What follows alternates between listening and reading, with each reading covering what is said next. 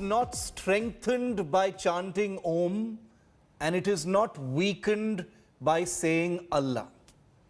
Those are the words, if you can believe it, viewer, from a senior Congress leader, a spokesperson, a national face of the Congress party today on World Yoga Day. Dr. Abhishek Manu Singhvi, who needs no introduction, very prominent face, said precisely those words today on social media. The debate over using the word Om in yoga asanas has been reignited just months before the UP election. It was like a bolt from the blue. What did it have to do with yoga? Nobody knows, but Abhishek Manu Singhvi felt it was appropriate to tweet that today. On International Yoga Day, he puts out a tweet saying, Om chants during the asanas does not strengthen it, neither does chanting Allah weaken yoga. Here's our report.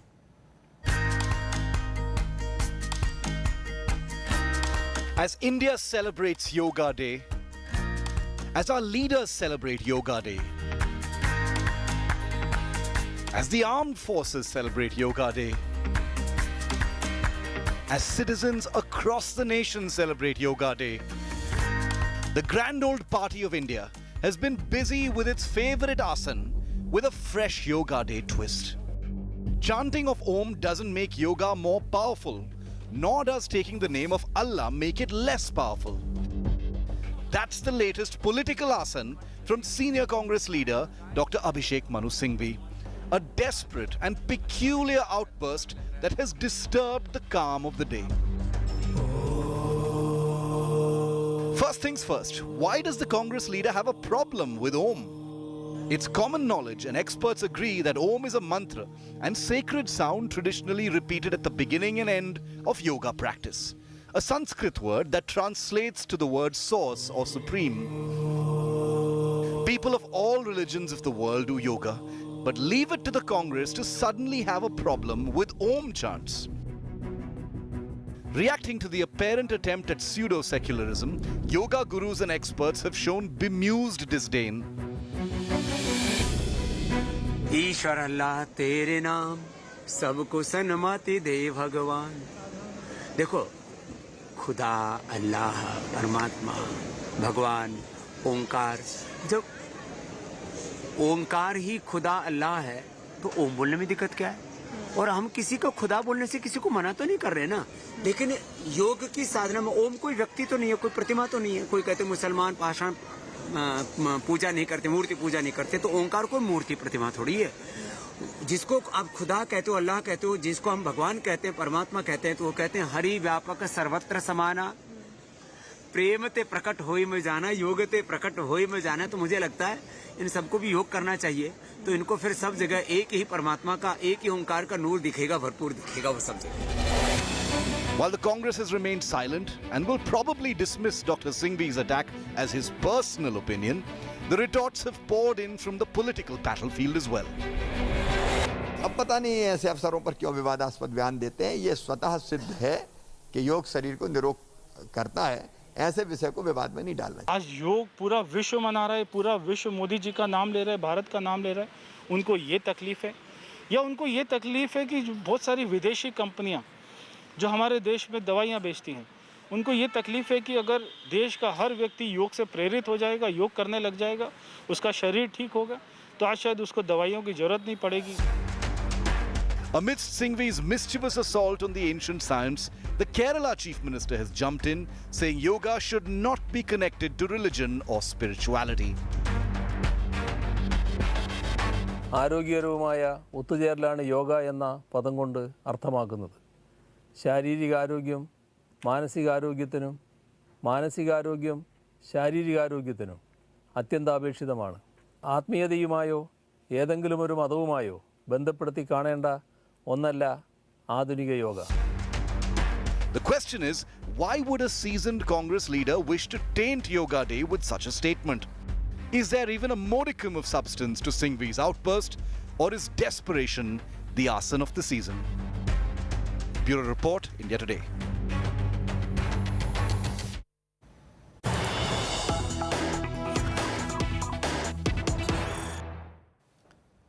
And there's more yoga politics to be had. The Congress party has also attacked Prime Minister Modi after BJP MP Pragya Singh Thakur held a session with MPs today on World Yoga Day organized by the Lok Sabha Secretariat. The Congress has questioned Prime Minister Modi about whether he's changed his heart now since Pragya Singh Thakur has been made a chief guest for all MPs at this Lok Sabha yoga event where she was giving a lecture to members of the parliament from across political parties. Take a look at this new Yoga Day flashpoint. बड़े बड़े ऋषि मुनियों ने योग की व्याख्याएं की, वहीं चुने हुए सांसदों को अगर प्रज्ञा ठाकुर जी जो सांसद है भोपाल से, वो अगर संबोधित करेंगे तो ये दुर्भाग्य है। जिन पे जो आरोपित हैं मालेगांव बम कांड के मामले में, और अभी भी उन पे केसेस चल रहे हैं, और आज ये कैसे हो रहा है, ये आश्चर्यजनक है। और ऐसा लगता है कि यही भारतीय जनता पार्टी और आरएसएस का काम करने का तरीका है। कांग्रेस सदैव से राष्ट्रभक्तों के विरुद्ध रही है, सन्यासियों भगवा के विरुद्ध रही है, इसलिए उनको तो आपत्ति होना स्वाभाविक है। और मैं ज्यादा किसी पर ध्यान नहीं देती हूँ, मुझे बस इतना कहना है कि ओमकार ब्रह्मांड है, ओमकार से शक्ति है, ओमकार से हम हैं, ओमकार से मुक्ति है। Hemendra Sharma, my colleague from Bhopal, with me live. Hemendra, Sadhvi Pragya Singh Thakur back under attack, this time for leading a Yoga Day lecture series with members of parliament. Well, yes, Pragya Thakur, member of parliament from Bhopal, she addressed members of parliament online on International Yoga Day with the theme Yoga, Way of Life, and that is something that the Congress has created an issue about. The Congress party, of course, has raked up the Malegaon blast case, which they do every time when Pragya Thakur's name comes up. But this time around, they are also questioning the Prime Minister, saying he had said that he would not be able to excuse Pragya Thakur when she had sort of eulogized the assassin of the father of the nation, Nathuram Godse. And also, the Congress party has raised certain questions that she has in the past made certain statements that had no scientific basis or evidence. For example, she said that she treated her cancer by patting and caressing a cow. So the Congress party says that yoga is a scientific stream. It has got scientific evidence, the way it cures people, and Pragya Thakur is not the right brand ambassador for such an event. Okay, this is likely to blow up even further. You've heard it first on India Today. We'll keep a track of the fallout and the reactions to that story. It's Yoga Day, and that's the reason why you're seeing all these developments take place. But to the initial story that we brought you of a senior Congress leader saying Om does not strengthen yoga and chanting Allah doesn't weaken yoga. You know, the questions that we're asking right now here on 5 Live, why communalize an apolitical and non-religious global event? World Yoga Day is celebrated all across the world. It's not just here in India. Is the UP election the only thing that's on Dr. Abhishek Manu Singhvi of the Congress party's mind when he says this? Is this a naked bid to appease minorities ahead of elections in various states? You've got, in just 6 months from now, you've got Punjab, UP and other states going to the polls, but mostly, of course, this is pointed at UP probably. Is there a modicum of substance to Singhvi's outbursts? There have been debates, substantive debates in the past, about religiosity in yoga, whether religion is a part of yoga. Those have been academic debates. But what Abhishek Manu Singhvi has said today is mischievous and provocative and obviously politically motivated. Is there a deliberate controversy or a publicity stunt by Abhishek Manu Singhvi? Does the Congress endorse what Abhishek Manu Singhvi has said? Is the Congress desperate ahead of the UP election to communalize an issue like yoga while pandering to minorities? Now, Yoga Day is a somber affair. It's a state of life. It's a way of life for people all across the world. And yet you've got this sort of communal color that's been added to it by a prominent politician. Now, I did not want to make this a BJP versus Congress debate or a tutu meme, and that's why we don't have anyone from the BJP, but I have with us today Anshul Abhijit. He's a well-known spokesperson of the Congress party. Welcome, Anshul. We also have with us Gauranga Das, leader of the organizational development of ISKCON. He's chairman of the Bhakti Vedanta Vidyapith Research Center and a very well-known and well-regarded monk. And we also have with us Apeksha Chopra, who's a well-known yoga practitioner from Mumbai. Welcome to all of you. Gauranga ji, if I could start with you, I'm not going to ask you a political question, sir, but since the comment has come from the political sphere, where you've had a very well-regarded senior politician, a role model for many, making a comment like this, saying Om, the chanting of Om doesn't strengthen yoga, and the chanting of Allah doesn't weaken yoga. An obvious mischievous attempt to maybe communalize or polarize. Could you educate us for the next couple of minutes on the meaning of Om in yoga and why this comment is so inappropriate in your view? Krishna says in Bhagavad Gita, Yogastha Kuru Karmani Sankam Tyaktya Dhananjaya Siddhya Siddhyo Samabhutva Samatvam Yoga Uchyate. So the whole concept of yoga means that number one, the first element is action. Number two, second element is knowledge. Third element is meditation. Fourth element is devotion. When all of these are dovetailed in offering our works, yoga karmasu kaushalam, to the Supreme, that principle of joining is technically known as yoga. The word Om is basically like the password. If you have access, if you need money from your ATM, you need to have your password. If you do not have password, then you cannot access that money. So therefore, in the mantras, which is basically various sound vibrations which help us access the energy and connection to the divine, these words have been revealed. So Om basically the offering of our consciousness to the Supreme Divine, and it is very much part of the expression of divinity.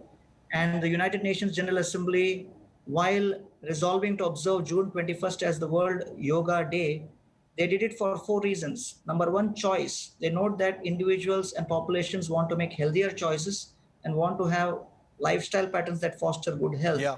Number two, they felt that good global health is a long-term objective that requires international cooperation. So the electric bulb was invented in America, but it is of use to people all over the world. So you can't call the bulb an American invention.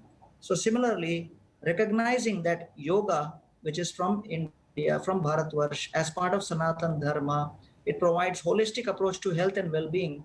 So therefore, to enable wider dissemination of information about the habits of practicing yoga, this yoga practice, which is very much part of our ancient texts like the Bhagavad Gita, like the Yoga Sutras, like all of these texts have been taken up. So you can't take one part and reject the other part.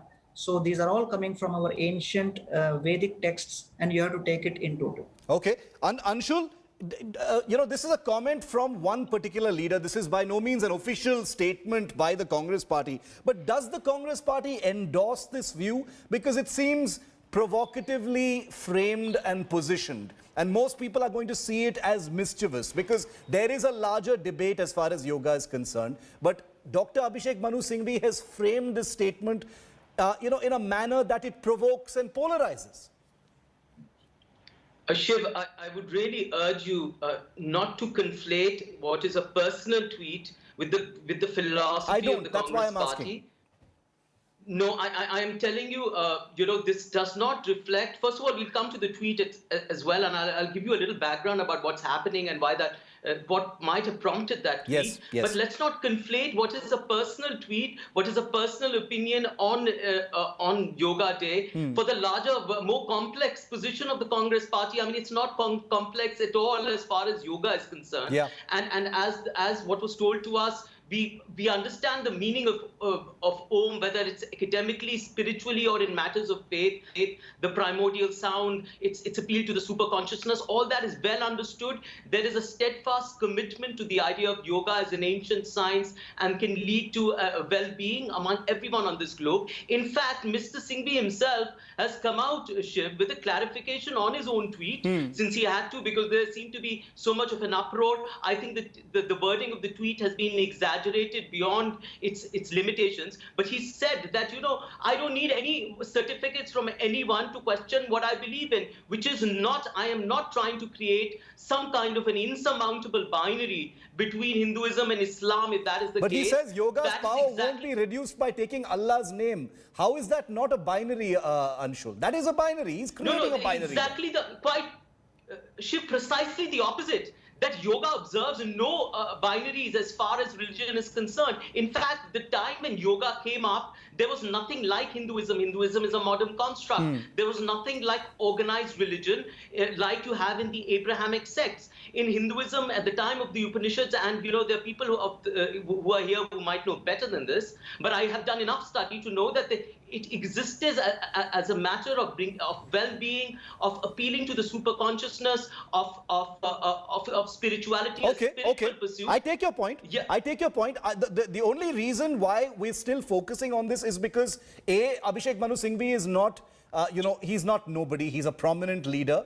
Things he says are taken seriously, and the fact is, the reason why he felt the need to say it, one can go on clarifying, but the very fact that he's a well-known lawyer, he's very articulate, and he meant what he said. Now, if someone like him felt the need to say this, then it warrants a certain amount of thought over why such a comment needed to be made. Apeksha, if I could bring you in on this, you're an independent yoga practitioner, Apeksha.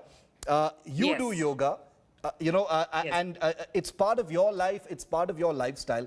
Has this ever entered your lifestyle or your questioning mechanism about why Om is used? And what did you think when you heard a politician, have a problem with the word Om in yoga? Well, not have a problem, but put out a tweet that questions it. Yeah, so, basically, I don't know what politics has to do with yoga. Yoga is an ancient, spiritual symbol of Hinduism.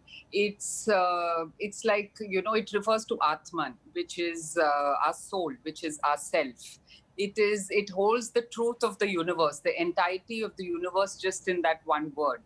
And all I can speak about is, personally, how it's benefited me. And, the benefits are numerous. I feel more mindful, I'm less stressed, and I'm more productive. Also, it is an ancient tradition, which we start in the beginning of our meditation practice, our yoga practice, chanting Om. It symbolizes and syncs our three worlds, which is the past, present, and future. So by chanting Om, and if you do it numerous times, it kind of aligns your mind and body and consciousness. And then over a period of time, your mind is more stable. The physical benefits are a lot. Scientifically, it's proven, it can reduce your, blood pressure, your heart rhythm is stable. And, personally for me, it quietens my monkey mind. My spine is automatically erect, when when the Om chanting is on. And it stands for the divine, over time in memoriam. It's creation, preservation, and liberation. Yeah. So I don't know, it's in our scriptures, it's in our Hinduism. So, I don't question it. Personally, it's, worked for me. I benefited with it, leaps and bounds. So Yes, I yes. can only speak about my personal experience. No, with that, Om. absolutely. And it is, the thing about yoga is it is intensely personal. Gauranga ji also said the same thing. But my question to you, Gauranga ji, also is, you've traveled the world. You're a practitioner of yoga. You've seen yoga happen across religions, whether it is Islam, whether it is Christianity, Jainism. It's not like people who are non-Hindus don't do yoga. There are people do yoga in all religions. Have you ever encountered anyone who says they've got a problem with the word Om in yoga and added a religious color to it? I have not personally experienced anyone in this, because we also run the Govardhan School of Yoga, and across the world, people from different denominations do come and do connect it. But what I see is yoga as part of a healthcare system, where if you consider mind to be very much part of the body, then just like a virus impacts the hard disk of a computer and the hard disk gets corrupted, you need an antivirus software. So the mantra is basically the antivirus software which removes the corruption of the virus of anxiety, stress, and depression, And as all of you know, that 300 million people across the world are experiencing stress. So if you are looking at a more healthy world where people can connect with themselves, harmony with themselves, harmony with the divine, harmony with nature, and harmony with other human beings, then we would have a more sustainable life. Anshul, has this, is this entire affair a nuisance? Something that the Congress could have done well without? Because we're here discussing something over a tweet by a prominent Congress leader, and the Congress is having to clarify on it and, say that's not what he probably meant and we don't really think about all that. Wasn't it just best not done in this manner, especially when you've already got a vitiated atmosphere in the country? There are other substantive issues to talk about, and yet you've got, this to handle now. Shiv, do tell me, if we've got a vitiated atmosphere in this country, why have a mischievous act, you're using this word repeatedly, of appointing an MP from Bhopal as giving lectures on yoga? We just did that story. When we know how controversial she is. We did that story. No, hang on. Sorry? We broke that story right before we came to you right here on this show. Exactly. That is why I'm referring to it. Yeah. That is exactly why. And I will tell you the context here and also have quotes from a person like some called Yoga Guru who's been anti-science and promoting vaccine hesitancy. Now, suddenly he's become this glowing metaphor for yoga and yoga practice. Look, beyond any doubt, Shiv. Okay, finish your point. I won't interrupt. Yoga transcends religion. But there has been this concerted attempt by the BJP to give political color to our ancient traditions. They've been politicizing it for the past 7 years, as if no other religion, nobody else. They have been created this binary for the past 7 years, and they've been doing this spin doctoring for 100 years. It's 100 years of spin doctoring, which is now resulting in many things like this, which you see in subtle manifestations of what is happening. This is not a lone story, right? So what is happening is they are politicizing what we think to be rich, what is advantageous in our ancient Indian culture, and promoting it with a tinge of Hinduism. And not just Hinduism, of Hindutva, saying that they are the proponents of this. The Prime Minister himself said in his speeches that, India was born after 2014. There were the dark ages before that. He said it a couple of speeches back. This is what has been the attempt. So we must see it in its wider political context. It is not just what is happening right now. It must be seen in the context of, cow as some kind of in urine as a prophylactic therapy. As if somebody is dying of breath and you give a glass of urine I just wanted to say that person and they'll come alive. Yoga Guru Ramdev has said very, very objectionable and controversial things about doctors in the recent past. We here on India Today have covered all of those stories, and we've rebutted many of the things he's actually said. But let me just say that on today's particular issue, the tweet by Dr. Abhishek Manu Singhvi, I actually happen to think that what Ramdev said in response to that tweet seemed to make perfect sense. I don't think even you would disagree with what he said, Anshul. Just for the benefit of all of our viewers and to all three of you, let me just play out with what Yoga Guru Ramdev said. Object to many of the things he's said in the past, but on this, trust me, you will agree with what he says. Here's what he said. Singhvi जी हैं, उनका tweet है अभी कुछ देर पहले का। वो tweet में ये कह रहे हैं कि ओम के उच्चारण से ना तो योग ज्यादा शक्तिशाली हो जाएगा और ना अल्लाह कहने से योग की शक्ति कम होगी। इस बयान को किस नजरिए से देखते हैं? ईश्वर अल्लाह तेरे नाम सबको सन्मति दे भगवान। देखो, खुदा, अल्लाह, परमात्मा, भगवान, ओंकार, जब ओंकार ही खुदा अल्लाह है तो ओम बोलने में दिक्कत क्या है? और हम किसी को खुदा बोलने से किसी को मना तो नहीं कर रहे ना। लेकिन योग की साधना में ओम कोई व्यक्ति तो नहीं है, कोई प्रतिमा तो नहीं है। कोई कहते मुसलमान पाषाण पूजा नहीं करते, मूर्ति पूजा नहीं करते, तो ओंकार कोई मूर्ति प्रतिमा थोड़ी है। जिसको आप खुदा कहते हो, अल्लाह कहते हो, जिसको हम भगवान कहते हैं, परमात्मा कहते हैं, तो वो कहते हैं हरि व्यापक सर्वत्र समाना, प्रेम ते प्रकट होई में जाना, योग ते प्रकट होई में जाना। तो मुझे लगता है इन सबको भी योग करना चाहिए, तो इनको फिर सब जगह एक ही परमात्मा का, एक ही ओंकार का नूर दिखेगा, भरपूर दिखेगा वो सब जगह। And Apeksha, since we came to you last, I'll end the show with you as well. I hope you were able to hear what Ramdev said in response to this entire controversy. I agreed with it. Do you agree with that, what he said? Yes, I agree in the sense, yes, there is one Brahmin, the ultimate reality, the ultimate consciousness. All paths lead to him. What does Om and yoga have anything to do with? It's a personal choice, and all paths lead to one consciousness, one reality, the one God, whatever you believe in. And yes, I kind of tend to agree with him there. And so whenever you feel you need peace and centering, just chant Om. It's so flexible, it's so simple. Even if you don't know the meaning in the beginning, it'll come to you. You can chant it in the inside of of your car, in a parking space, amidst people, silently in your head. You can do it anywhere, chant it anywhere. Absolutely. It's just like a peaceful, like a cleansing, therapeutic process for your mind and body, and it works instantly. It's like when you say take a deep breath, take 3 deep breaths. It's like do your 3 ohms. I hope it'll like center you at once. Absolutely. Instantly. I hope our politicians can take a deep breath.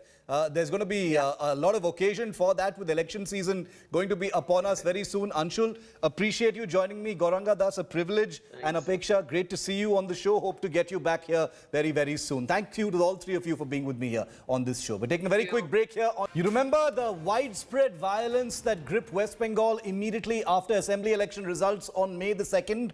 Well, the High Court of Calcutta had ordered a probe by the National Human Rights Commission on June 18th. This is something that made the Bengal government very unhappy, because it was in effect an external investigation that had been ordered. So they petitioned the High Court saying, please cancel your order. But today the High Court said nothing doing. That probe will continue, and it's a big setback for the Mamata government. Take a look. Violence, vandalism, arson. The eruption was instantaneous. Just minutes after Mamata's huge victory in Bengal on the 2nd of May, these were the scenes in the state. Weeks of vicious finger-pointing followed between the Trinamool and the BJP. But justice for victims remained embroiled in the political crossfire. Over a month later, on June the 18th, the Calcutta High Court ordered the National Human Rights Commission to form a panel to examine the post-poll violence. An order that came as a huge embarrassment to the new Mamata government. But now, there's been another big setback to her. Dismissing a petition from the Mamata government, the Calcutta High Court has refused to recall or stay its order on that external probe. The High Court says, after hearing the parties, it does not find any case for recalling or staying its June 18th order. This comes as the next big setback to the Bengal government. आजादी के बाद post पोल violence इतना भयानक, इतनी बर्बरता का, इतना आतंकी कभी पहले देखा नहीं। You can't have confrontation with every constitutional outfit. You can't be in confrontation mode with the central government, with the governor, and now you are not sparing even other institutions. हमारे लोकतंत्र में शायद पहली बार देख रही हूं कि एक मुख्यमंत्री एक राज्य में लोगों को सजाए मौत होते इसलिए देख रही है क्योंकि उन्होंने मुख्यमंत्री के पक्ष के लिए वोट नहीं किया। पहले तो उनके हाथ खून से सने हुए थे, अब दामन पर भी महिला के अत्याचार के दाग हैं। The order in question was passed while the court was hearing a public interest litigation claiming that the state government did not act against the violence. The PIL had also stated that political attacks led to displacement of people from their residences, physical assault, destruction of property, and ransacking of offices. The state government had moved the High Court seeking a recall of this order, saying it was passed without giving the state an opportunity to file its response, only to be snubbed now. Court has observed today is that there are so many complaints which have gone to the NHRC, to the West Bengal State Legal Services authorities, but not a single to the State Human Rights Commission, nor have they presented any such complaint before the court. So why is it so? Is the state reluctant? Is the administration reluctant to bring the truth before the court? The order means the National Human Rights Commission gets to continue its probe into some of the most vicious post-poll violence in the country. The High Court setback for Mamata comes while there is still suspense over a possible external special investigation team probe. Multiple victims of violence have petitioned India's Supreme Court. An SIT probe would be the biggest setback of all for Bengal government's continuous efforts to stave off any external probe. As the BJP draws strength from the High Court order and Team Mamta strategizes for the next steps, an order from the Supreme Court is still awaited. With Prema Rajaram in Kolkata, Bureau Report, India Today. On this latest development, joining me live, Priyanka Tibrewal, spokesperson of the Bengal BJP, also an advocate with the Supreme Court and the Calcutta High Court. Biswajit Deb, spokesperson of the Trinamool, also a senior advocate and former Advocate General. Welcome to you both. Biswajit ji, to you first. Your reactions to this? The Calcutta High Court has dismissed the Bengal government's petition asking for that order on the National Human Rights Commission probe to be taken back. So that probe is going to take place. It's going to continue. And it is, in effect, a setback to your government because you didn't want this. I don't agree to that. Well, so far as the Honorable High Court's order is concerned, I don't want to comment on that, because that's the order which has been passed by the Honorable High Court. We have complete faith and trust and respect for the judiciary. But still I would like to point out certain aspects regarding this entire issue. Well, we do agree that there were some sporadic incidents prior to 5th of May 2021, before Mamata Banerjee was sworn in as the Chief Minister of Bengal, when the entire law and order was under the Election Commission of India. But post 5th May 2021, the incidents were very few, and the state administration stepped into each and every complaint and took necessary action, and even the local party officers also took initiative to solve the issues at the local level. But the problem is this: the BJP had not only taken up this issue politically, but also due to oblique motive and political consideration. They have, please let me finish. Please let me finish. Okay, just one small interjection. One small interjection. Yes, please. My small interjection, Biswajit Da, is, you know, you are calling them sporadic incidents. I'm not saying that the Calcutta High Court has observed on the nature of the incidents at all. Both of you are lawyers, you know this better than me. But by ordering this NHRC probe, don't you think that at least prima facie dismisses the notion that these are sporadic attacks? Ordering an NHRC probe is a big deal. I am coming to that. Please let me finish. Please. Please let me finish. Now, thereafter there was some, deliberately they had filed certain false allegations. BJP as a party, they had filed certain false allegations before the state agency and before the State Legal Services Authority due to political motive and oblique considerations. But you see, the problem is, again BJP is politically trying to encash the entire situation from today's High Court's order. Okay. You see, there is no wrong in High Court observing that the matter should be taken up before the National Human Rights Commission. Let the Human Rights Commission inquire. Let the Human Rights Commission look into the entire matter. We welcome. But you didn't welcome it before this. You didn't want it to happen. One thing. Finish quickly and then I'll get Priyanka in. To respond. Let me make it clear that there is every scope of the state going for an appeal against this order. I would like to clarify again that there is every scope for the state government to go for an appeal against this order. In the Supreme Court. Understood. Priyanka, the Trinamool says that this is not a setback. They see it differently. It is basically the fruits of persistent politicization and fake complaints foisted by the BJP that has resulted in this current situation. That is a summary of what Biswajit Deb has basically said, and they welcome this probe even though they didn't want it earlier.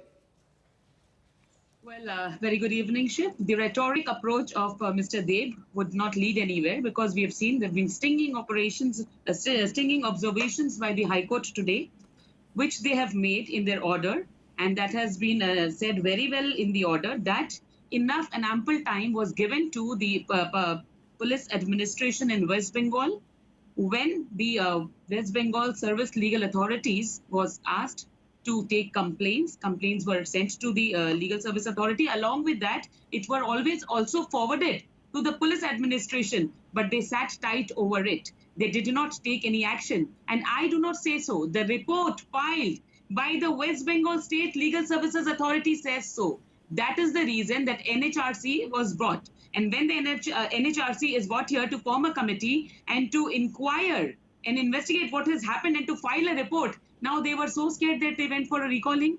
And this is what happened, that the order of recalling or any kind of modification was dismissed today because the court felt that there was no case which was made out. See, I don't understand that NHRC stepping into West Bengal and inquiring into whatever violence or whatever was there and filing a report. How does it prejudice the state?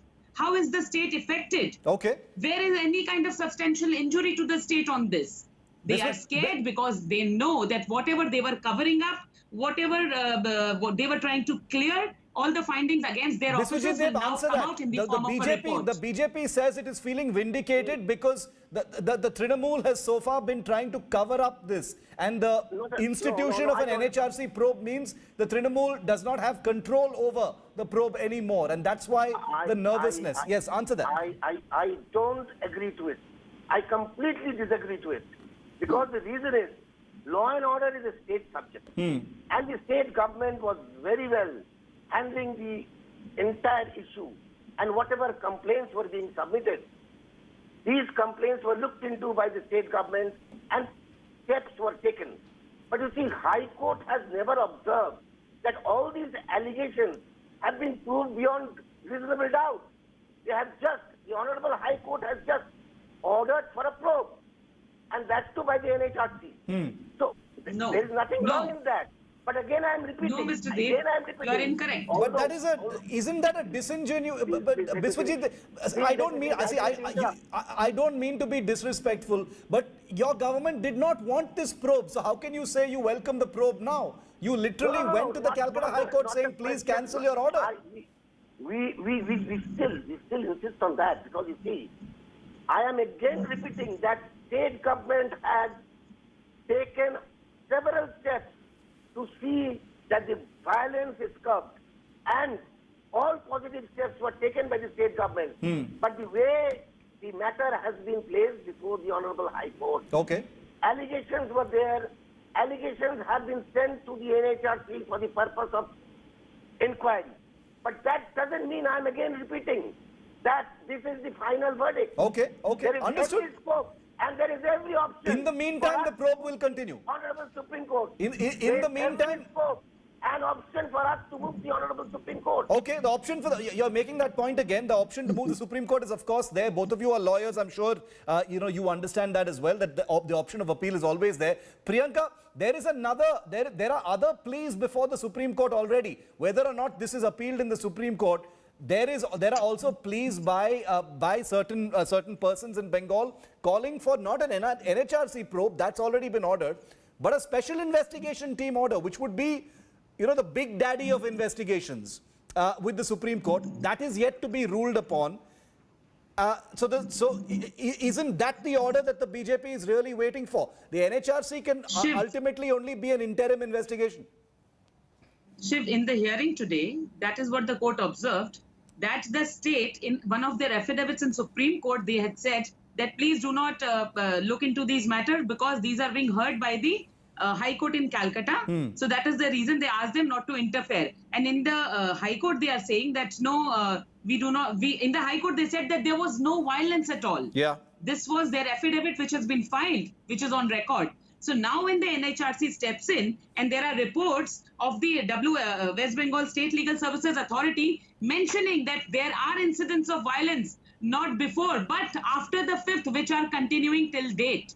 So how and where and when will they prove that whatever they were saying in the Supreme Court, is that true? Or what they mentioned here in the High Court on an affidavit, mind it, whether that is true or not. So they will have to face a tough time because on oath, they have written everything which is untrue and which will be found out through the reports which will be filed by the NHRC. Okay, I'm out of time, but thank you to the both of you for joining me on this. The point is the BJP claims vindication. The Trinamool says bring it on. This is not a setback for the Mamata Banerjee government. It could be appealed in the Supreme Court, and the Supreme Court is still to observe in response to petitions calling for a special investigation team. So this story is far from over. In fact, it is escalating with each passing day. We will keep bringing you the latest. Biswajit Deb, Priyanka Tibrewal, thank you very much for being with me. That's it on 5 Live. Thank you for being with me. Up next, 6 p.m. Prime with